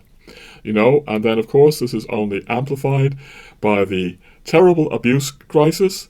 You can't say that this is like some deliberate murder plot. You know, the fact that these 4% of Irish priests, you know, acted in the terrible way they did, and the cover-ups happened in the terrible way they did. You know, this doesn't look like, you know, a deliberate kind of killing attempt either. And, you know, joining the EU and submitting Ireland to, you know, all the EU bureaucrats and all the rest of it, you can't really say that that's a sort of murder attempt either. You know, on the face of it, all these things that I've been suggesting, you know, or the multinationals coming here, you know, the big American tech giants, that isn't either. So you could just say, well, nonsense. We've answered the question, was Catholic Ireland murdered? No. But I'm going to hold to something. I'm going to hold to what I said at the start of our conversation, that I think this question is ultimately impossible to answer. And I'm now going to speak from another side. So, you know, on the previous video, you know, sort of was Catholic Ireland murdered? You know, I spoke about Julius Caesar being stabbed again and again and again. And who can say what was the final cut, the deepest cut that killed Caesar? You know, Ireland being stabbed again and again and again. Some of these stabs were malicious. Now I'm going to just bring up another image, you know, where you could definitely say, if it were like this, I'm not saying it is like this, but if it were like this, you could think of some sort of tottering, you know, old man, you know, old woman maybe walking by the sea, and if somebody rushes up and pushes that sort of doddery old man or doddery old woman into the sea, then that person, you know, that final shove is what killed the old man or woman. Now, before we maybe get caught up in the idea that I'm comparing the Irish Catholic Church as a doddering old man or woman, I want to say something. Yes, I think Catholicism in Ireland, as in elsewhere, has been very limp, very weak, you know, in the last decades. Does that mean I think Catholicism is finished? Absolutely not.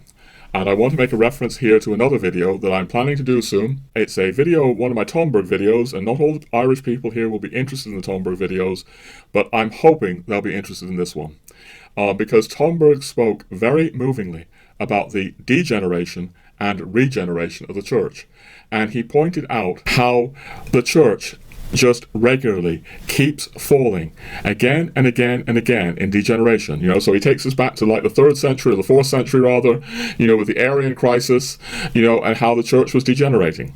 Or, you know, he takes it back to the 11th century, or rather the 10th century, I think, you know, where the church was degenerating. Charles Coulombe calls this the pornocracy in the church, so that the church was filled with sexual problems back in the sort of 9th century. And Tomberg speaks about how the Dominicans and the Franciscans came along and they regenerated the church. Or, you know, he speaks about the Reformation. The Reformation was an intense crisis for the Catholic Church. The Catholic Church, the Renaissance papacy, had fallen into terrible problems. It was a time of the degeneration of the Catholic Church, and the Catholic Church regenerated through great saints like Saint Ignatius of Loyola, and also, yes, the Sacred Heart. You know, the apparitions of the Sacred Heart that you have been, you've done a wonderful video on that, love, on the Sacred Heart apparitions, so I'm going to plug that. And yes, the Sacred Heart devotion was so key to Catholic Ireland. So, you know, the way Tomberg is writing is that the human side of the church, you know, because the church has its very, very human and fallen side, regularly degenerates, and the Catholic Church is regularly regenerated. I do think that it's part of the very difficult thing for, you know, Catholics like you and me, Kim, to be living in this time of the degeneration of the church. Yes, it is. But I'm absolutely confident of the regeneration. But let's just say, to pursue the analogy here of death by 1,000 cuts, or did somebody come along and push this, you know, weak, limping Catholic Church, you know, into the sea before she had a chance to recuperate? I want to pursue that. I want to pursue that idea, because there's more here. And what I want to come back to, you know, it's a kind of simple line, but I indicated it before, and I'm going to say it again, that, you know, we had from Tom Inglis.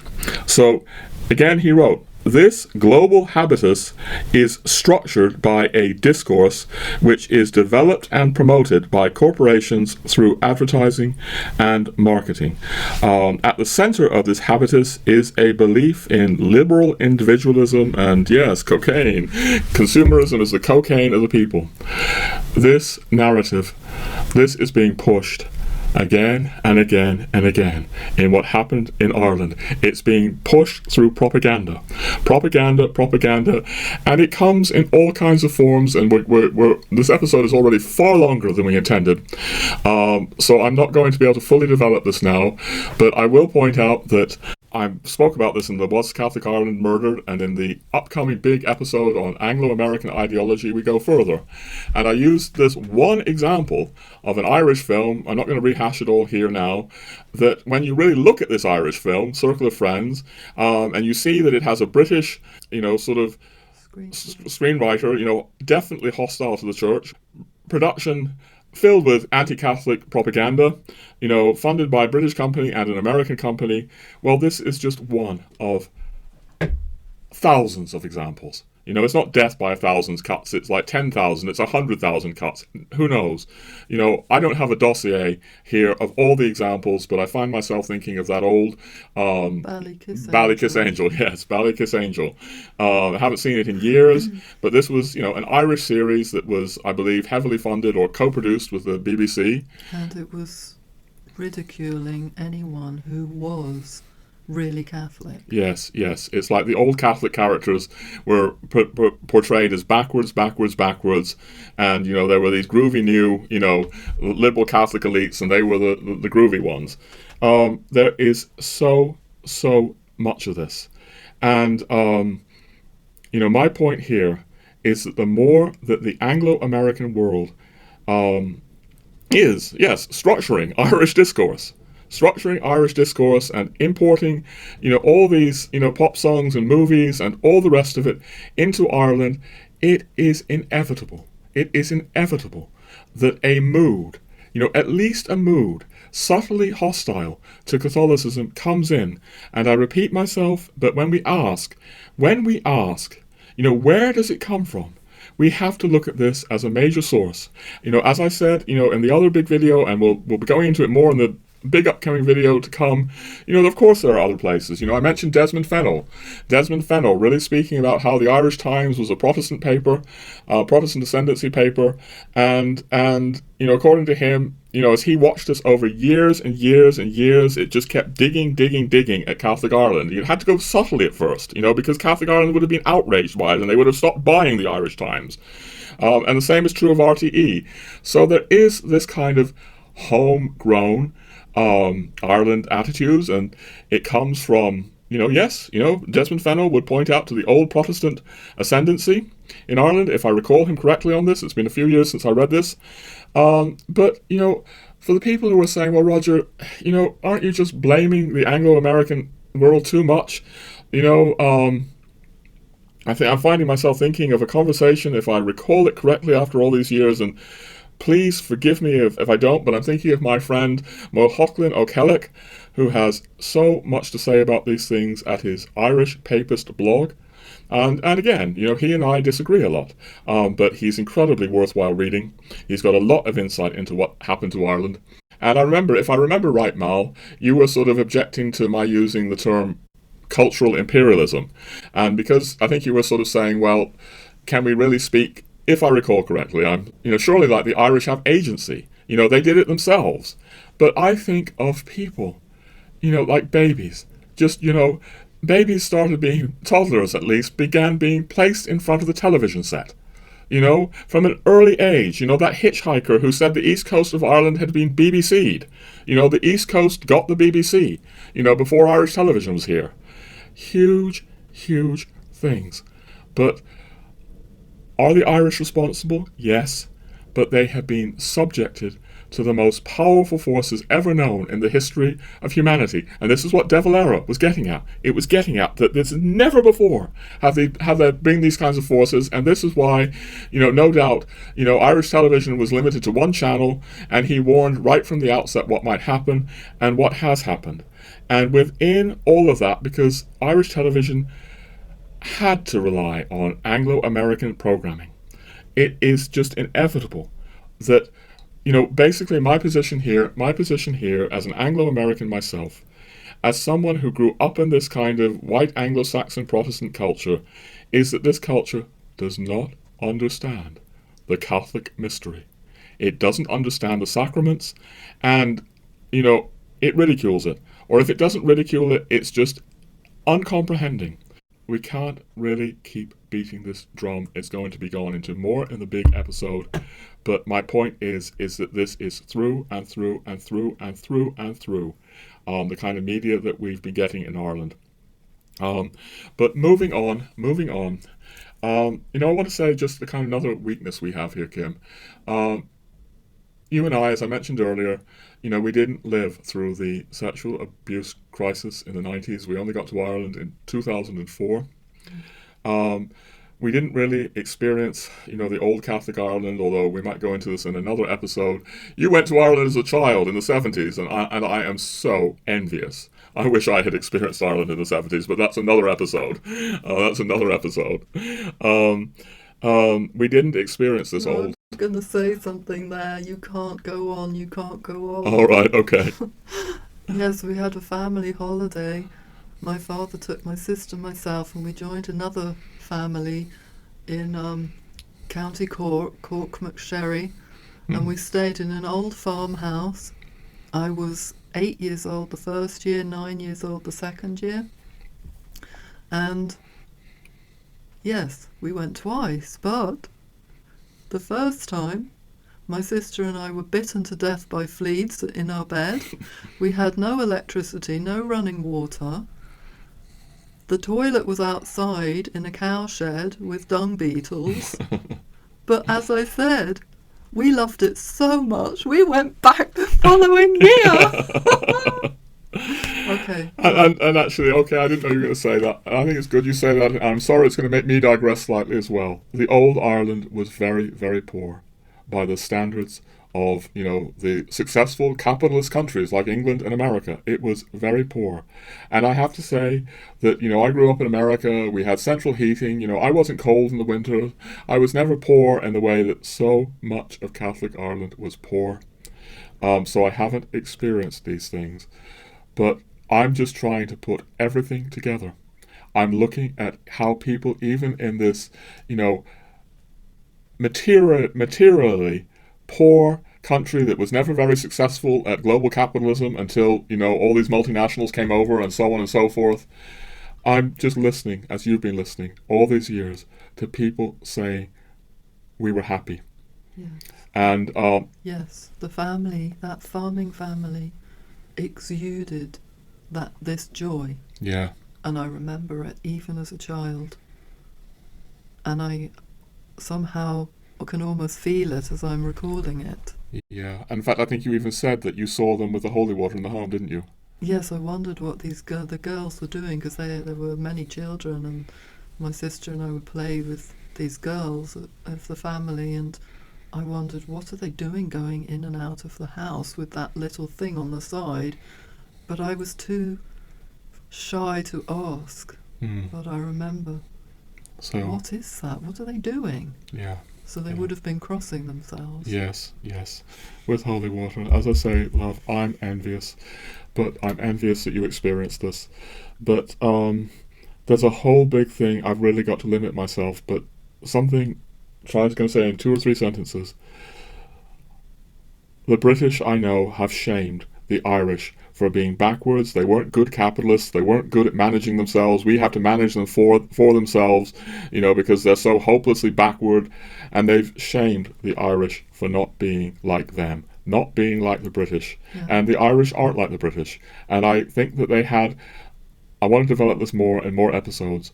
The more I've been in Ireland, the more I felt the Irish have a very different mind than the British. It's not the pragmatic, capitalistic, mind that the British has. It's far more mystical. And really, we're in danger of running over here. The point I was getting at is that, before 2004, you and apart from your 2 memorable visits in the 1970s, we've really had to construct what Catholic Ireland was like through a lot of reading, a lot of inquiry, a lot of talking to people, what I want to get to is this. Just to be very clear, you can see how different Ireland was. How Ireland dared to be different. How Ireland dared to be different by looking at the kind of legislation it still had back in the 80s and 90s. So when I came here in 2004, I learned that Playboy magazine had been illegal in Ireland until 1995. That blew my mind because, of course, pornography, top-shelf pornography, is a standard feature of, the Anglo-American way of life. But it wasn't. It wasn't in Ireland until, it finally succumbed in 1995. And I learned that, for example, divorce had been illegal in Ireland until 1995, where it was only voted in by a whisker, like the tiniest vote. And, basically we've had to reconstruct things here. But I'm going to say this. Just to give you a sense, and maybe give my, our American viewers more of a sense of how different Ireland was, how Ireland dared to be different.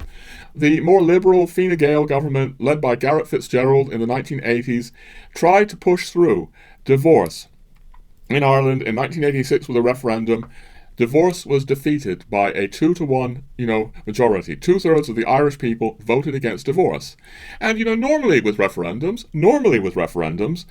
that's the end of it. It's like, we had a Brexit referendum in Britain 9 years ago, and nobody's suggesting that we're now going to hold another referendum about Brexit, or very, very few people are, or Scottish independence. There was a referendum there, and it's like the people have spoken. We have to wait until a generation.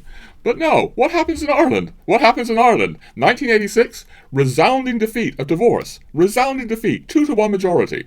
But no, it's like Ireland simply has to have divorce, according to the new elites. But this is something we've had to sort of put together, because we have to be honest, we weren't here. No, and that's a very important thing to state here. We were not in Ireland over those years. Yeah. And so we've had to read around and research what actually did happen. And something that we find hugely helpful and insightful about what happened to Catholic Ireland is Mary Kenny's book, Goodbye to Catholic Ireland. It's a great book. It's an incredible book. Yeah, highly recommended. Yeah, to anybody. Yeah. It's fabulous. Yeah. And I'm just going to read something. Yeah. Given that we don't have our own experience, let's hear from Mary Kenny. We're going to look to Mary Kenny now about what did happen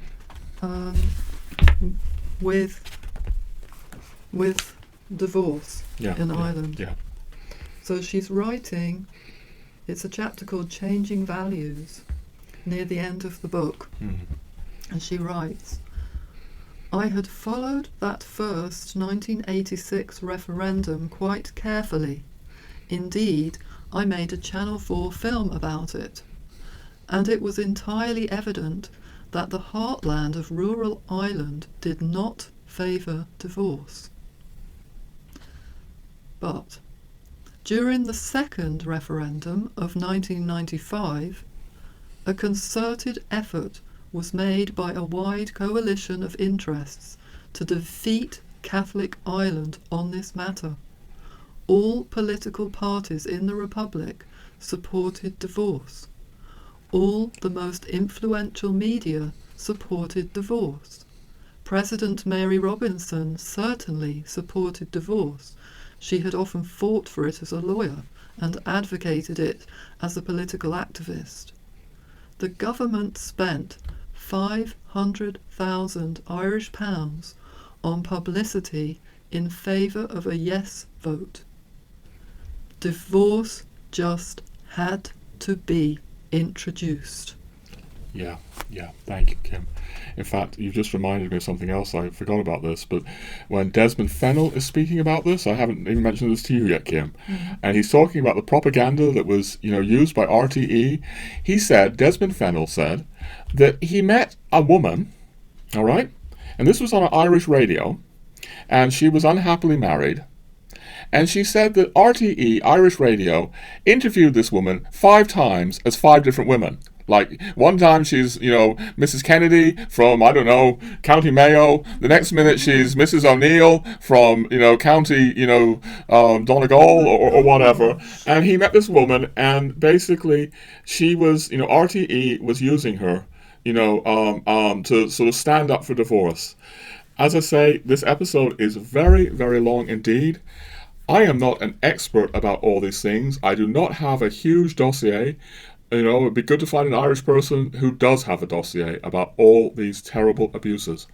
But Mary Kenny's book, you can read much, much more about this, or you can read Desmond Fennell. Desmond Fennell, they both incredibly deserve to be read. John Waters. John Waters is also very, very good. Very important person to read in this context. And of course, with the same-sex marriage and abortion. Yeah, we were here for that. Yeah. And very similar things were going on. Yeah. With huge amounts of money even coming from America, because they just had to be introduced. Yes. Into Ireland. Yes, it's now time for Ireland to get with the global capitalist beat. Get with a beat. This is. I'm maybe a bit angry, but this is what I feel has been happening in Ireland. This is the basis of my observations of what happened to Ireland. It's like Ireland is being lectured by global elites, and yes, some of them are in the European Union. Some of them are not Anglo-American. I know this, but the message has been: you stupid backwards country, get with the beat, get with the beat, get with the beat, get with the global capitalist beat. All right, Kim, you're objecting to my anger here, or you're cautious about my anger, and it's good you're cautious about my anger. All right, I'll try to I'll dial it back tragic. A bit. Yeah, it's tragic. It's absolutely tragic. And yes, I'm angry, but really we should focus on the tragedy here. All kinds of Irish people have been robbed of their Catholic heritage. All kinds of Irish children now are sort of raised in this, global habitus of liberal consumerism that English is so identifying. There is an appalling tragedy going on. Appalling. And this is what you and I, Kim, are trying in our own tiny way to make some drop of difference on this channel. We know that there is an absolute juggernaut here, trying to destroy this old Catholic habitus, and it's not dead yet. It's not yet dead, and I don't believe it is going to die. It's not going to die. And so I want to say again that you and I are planning to do an episode. We hope to do it over Eastertide about saving Catholic Ireland. What can we do? Even if it's like, David versus Goliath, or, a tiny creature versus Goliath, what can we do? We're coming to that. But this episode is very long indeed, and I think I'm going to leave you with these things. We don't have a definite answer. Was Catholic Ireland murdered? But malicious intent is certainly in the mix to kill off the old Catholic Ireland. I think we can safely say that. And it's necessary. It's necessary to fight to save Catholic culture in Ireland. And that is a major, major thrust of what we're doing on this channel. I know there are other projects we're doing on this channel, like trying to heighten people's awareness, for example, the New Age movement, which I think is also having a dreadful effect on Ireland, but that's another story. And we have a number of different things we're trying to do. But there is a fire here. There is a passion here. There is a commitment here to doing what we can, what we feel after prayer we are called to do. Kim, you and I feel called to make this YouTube channel work. So again, I want to say to people, please like and subscribe and comment on this channel. It all helps. And I'm also going to say one more time, we have this Buy Me a Coffee scheme now with the capacity for one-off donations, as well as a members scheme, and we're going to be putting out more podcasts there. And we really hope that some of you would consider I just want to say, just asking your heart. There'll be some of you I absolutely know are really struggling, and I don't want to ask people who are struggling to help us. No, I don't, because we actually know. We obviously know what it's like to be struggling. We're struggling ourselves, and we wouldn't be asking this if we weren't struggling. We know what it's like. So if you're struggling, this isn't directed to you. But if somehow you can see the seriousness and commitment that you and I have, Kim, yes to Ireland, but also to other projects like raising awareness of the New Age and other things that we're doing on this channel. If you can see our commitment and passion and believe that we are making some kind of contribution here, yeah, I'm going to say, without going into all the personal details of our life, we've never asked for this before, but we actually do feel, well, we don't feel, we know, we need to ask, and any kind of support that you give us would be most gratefully received. And if you join the members group, hopefully you'll get something back in return. All right, that's what I'm going to say about that. Do you want to say anything more, my love? One little thing, a qualification on anger. Yeah. There's holy anger. It's just you became so loud. Yeah. And I'm sitting right next to you. Yeah. That's what happened. I'm angry. You're angry. A lot of people are angry. But it's what we do with it. Yeah. Put it to creative, good use for change. Yes. Rather than allowing your heart to go bitter with it. Yes, exactly. And in fact, I just want to qualify that. Yeah. And thank you for listening. Yeah. It's been a long episode. We've enjoyed ourselves. We hope you enjoy it. We wish you a most solemn and blessed, holy Triduum, as our Lord died for the redemption of the world, the redemption of Ireland included, the redemption of our souls. He has triumphed. Let's all work and fight for that. Yes. God bless you, and bye for now. Yes. Amen, Kim, and God bless you all. Thank you for listening.